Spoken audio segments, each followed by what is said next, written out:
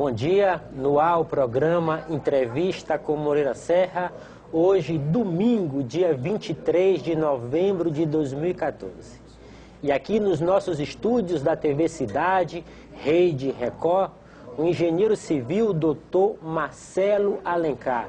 Doutor Marcelo, bom dia. Bom dia. Doutor Marcelo, eu começo a entrevista lhe perguntando acerca do lançamento deste livro, né?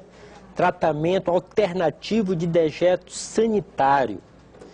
Eu já faço a pergunta acerca do título. O que vem a ser esse tratamento alternativo de dejeto sanitário?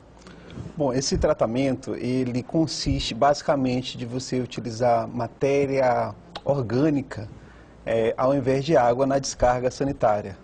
Então, o tratamento do dejeto sanitário é feito através do processo de compostagem. E qual é a origem e a forma desse tratamento?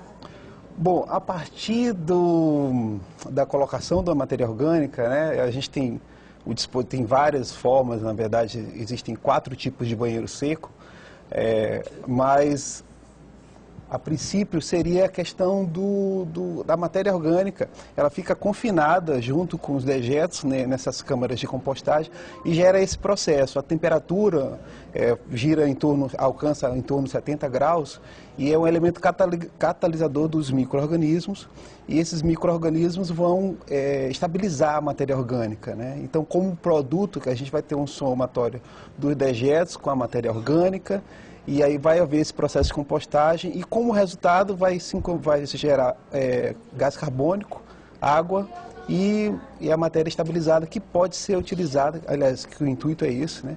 Utilizada para fins de agricultura, né? Como adubo, como fornecimento de matéria para adubação e geração de alimentos. O senhor falou de banheiro seco. O que vem a ser, para ficar mais fácil para os nossos telespectadores, o que vem a ser esse banheiro seco e quais são as formas, quantos são os tipos de banheiros secos?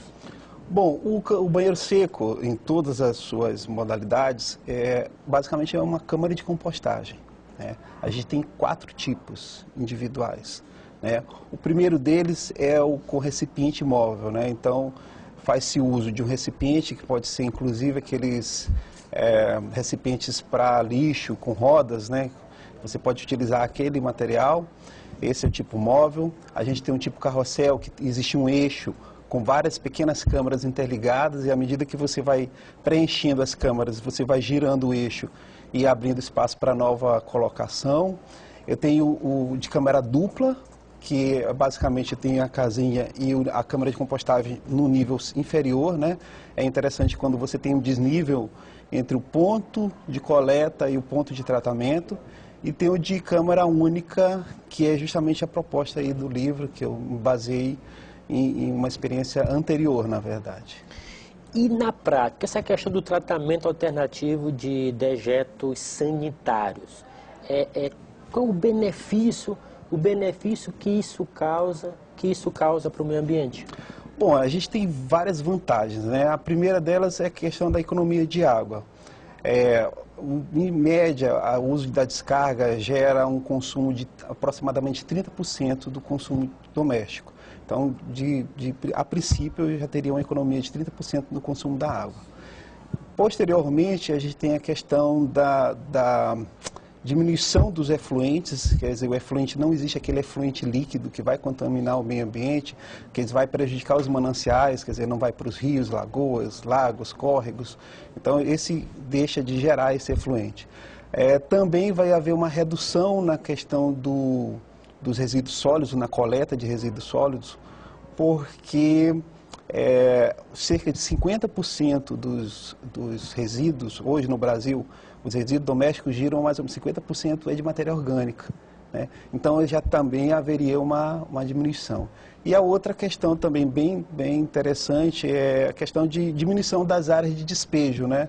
Porque como o nosso lixo é muito orgânico, se você utiliza essa matéria orgânica, gera matéria para adubação, né? Quer dizer, você vai usar, na verdade, aquele material para gerar alimentos, para produzir alimentos. Então você ainda deixa de deixa de despejar no ambiente, quer dizer, você reduz as áreas de contaminação. Na verdade, a gente, se fizer uma análise, existe um conjunto de desdobramentos que teria um conjunto muito maior de vantagens, né, decorrentes dessa ação. A implantação e o custo desse tratamento alternativo dos dejetos sanitários, como é que o senhor avalia? Ora, custos atualizados, né, a câmara compartimentada, a câmara de compostagem propriamente, o abrigo, o abrigo é mais caro, o abrigo é 900 e poucos reais, 920 reais, a Câmara vai acrescentar 270, fica em torno de R$ 1.200. Isso, a construção única, né? Aí no livro eu fiz uma proposta de criar um gabarito, né, um padrão para ser utilizado, replicado, então para facilitar a execução, ele é mais voltado para comunidades rurais. E aí, nessa proposta, está indicado que você pode utilizar, por exemplo, tem um custo para execução, que é R$ 350, se não me engano, para fazer os gabaritos. Só que se você utilizar 10 vezes, esse custo dilui e fica R$ 35. Então, a rigor, ficaria R$ 1.235. Doutor Marcelo, e a experiência no Brasil e no Maranhão com esse tipo de tratamento? Bom, no Brasil a gente tem relatos, tem casos, conhece situações de implementação nas 5 regiões, né?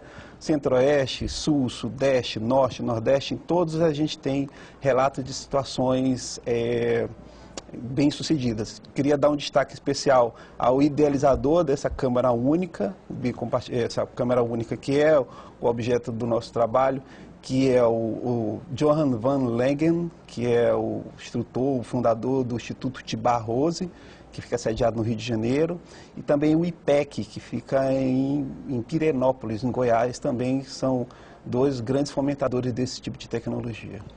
E em que circunstâncias, doutor Marcelo, surgiu essa ideia de fazer esse livro acerca do tratamento alternativo de dejetos sanitários?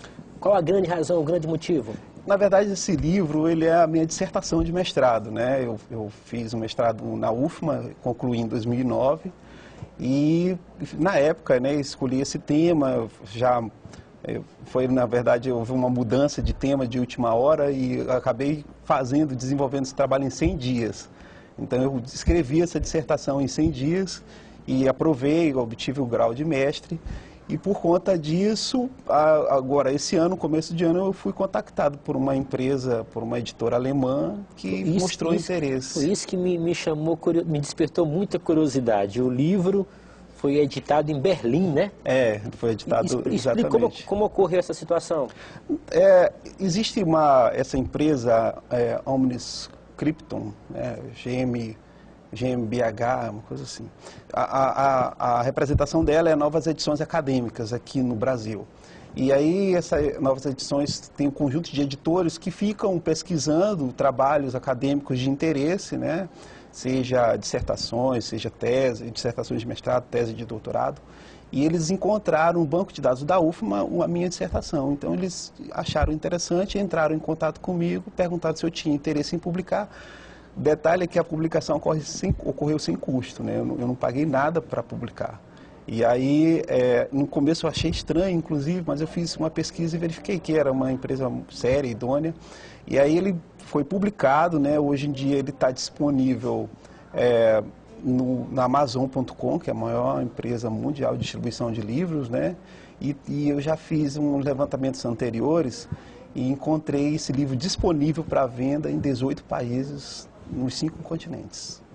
Doutor Marcelo, e na implantação desses banheiros secos, quais são os principais obstáculos que se encontram nessa alternativa de tratamento? O grande obstáculo é a questão cultural, né? Você convencer uma população, normalmente rural ou periférica, ou que mora na periferia das cidades,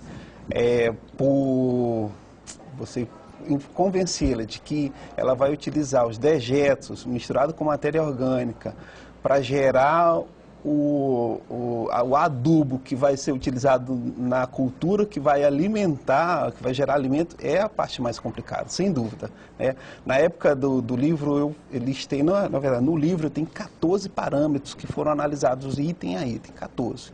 E todos os 14 apresentam vantagens. Assim, que parâmetros seriam esses? Seria a questão do custo de materiais utilizados, custo de implantação, custo de operação, emprego de mão de obra, eficiência para remoção de DBO e patógenos, uma série de outros, quer dizer, um conjunto de parâmetros, né?